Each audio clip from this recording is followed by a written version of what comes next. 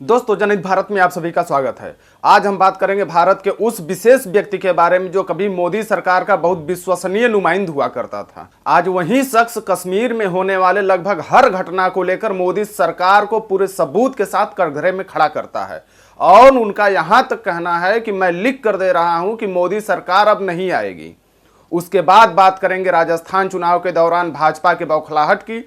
क्योंकि जिस प्रकार अचानक ईडी के छापे मुख्यमंत्री गहलोत और उनके बेटे के साथ साथ कांग्रेस के प्रदेश अध्यक्ष पर पड़ी, इस तरह चुनाव के दौरान मारे गए छापे आज तक के इतिहास में देखने को नहीं मिलता है। तो चलिए सबसे पहले बात करते हैं सत्यपाल मलिक की, जो राहुल गांधी के साथ 14 अक्टूबर को दिए गए इंटरव्यू में पुलवामा हमले, किसान आंदोलन, मणिपुर समेत तमाम मुद्दों पर कई रहस्य खोले। सबसे पहले राहुल गांधी के सवालों का जवाब देते हुए मलिक ने कहा कि कश्मीर घाटी में शांति की स्थापना के लिए 370 वापस ली गई थी, लेकिन अब वहां पहले से भी ज्यादा घटनाएं और हिंसा हो रही है। आपको बता दें कि सुप्रीम कोर्ट ने हाल ही में केंद्र सरकार को फटकार भी लगाई थी कि कश्मीर में चुनाव कब होंगे और उन्हें राज्य का दर्जा कब मिलेगा, क्योंकि भारतीय लोकतंत्र में केंद्र सरकार को किसी राज्य को असीमित समय तक के लिए केंद्र शासित प्रदेश रखने का अधिकार नहीं है। पुलवामा हमले को लेकर उन्होंने बताया कि जिस समय पुलवामा हमला हुआ उस समय PM Modi national Corbett park में शूटिंग कर रहे थे।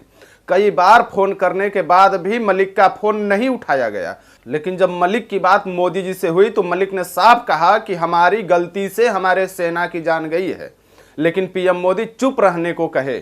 मलिक ने कहा कि हम सोचे कि शायद कोई जांच बैठाएंगे और हो सकता है कि हमारे बयान द्वारा जांच में दिक्कत पैदा हो, लेकिन जब पीएम मोदी जांच करने के बजाय उन शहीदों के नाम पर वोट मांगने लगे तब ऐसा लगा कि कोई प्रधानमंत्री इतना नीचे कैसे गिर सकता है कि गुनहगारों को खोजने के बजाय शहीदों के नाम पर केवल अपनी राजनीतिक हित साध रहा है। आपको यह भी जानकारी दे दे कि आज तक पुलवामा हमले की कोई जांच पूरी नहीं हुई, तो यह सवाल उठना स्वाभाविक है कि क्या पुलवामा हमले की जांच पूरी होने से सरकार को ही तो कोई दिक्कत नहीं हो जाएगी। आखिर सरकार पुलवामा हमले की जांच में इतना लाग लपेट क्यों कर रही है और पुलवामा हमले की जांच में सक्रियता क्यों नहीं दिखा रही है।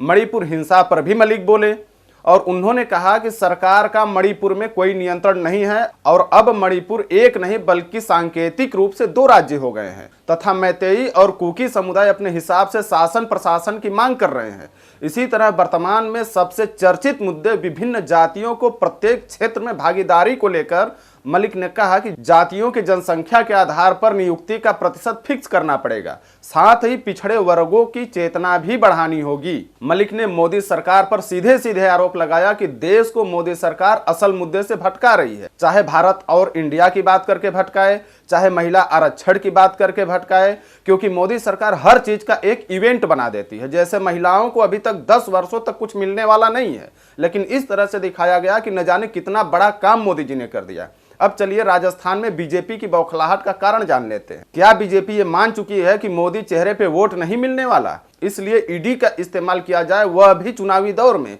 जो आज तक के इतिहास में कभी नहीं हुआ, तथा मुख्यमंत्री गहलोत और उनके बेटे और कांग्रेस के प्रदेश अध्यक्ष पर एक ही साथ ईडी का छापा पड़ा। सबसे बड़ी बात कि इन छापों के आरोपों की बात करें तो इसमें ऐसे ऐसे आरोप थे जो 12-12 साल पुराने थे। मतलब सरकार को 5-10 वर्षों में छापा मारने की याद नहीं आई और जब चुनाव 10 से 15 दिन रह जाते हैं तो चुनावी राज्य में छापा मारा जाता है। तो सवाल यह उठता है कि क्या मोदी सरकार एक तीर से 2 निशाना साध रही है कि यदि ईडी के द्वारा दोनों शीर्ष नेताओं पर छापे मरवाते हैं, जिसमें एक राजस्थान का प्रदेश का मुख्यमंत्री है और दूसरा कांग्रेस का प्रदेश अध्यक्ष है, तो वह दोनों डिस्टर्ब हो जाएंगे और जब वे दोनों डिस्टर्ब होंगे तो राजस्थान के चुनावी रणनीति पर ध्यान नहीं दे पाएंगे, जिसका सीधा सीधा लाभ भाजपा को मिलेगा। अगर हमारे द्वारा दी गई जानकारी अच्छी लगे तो इसे अधिक से अधिक लोगों तक पहुंचाइए। धन्यवाद।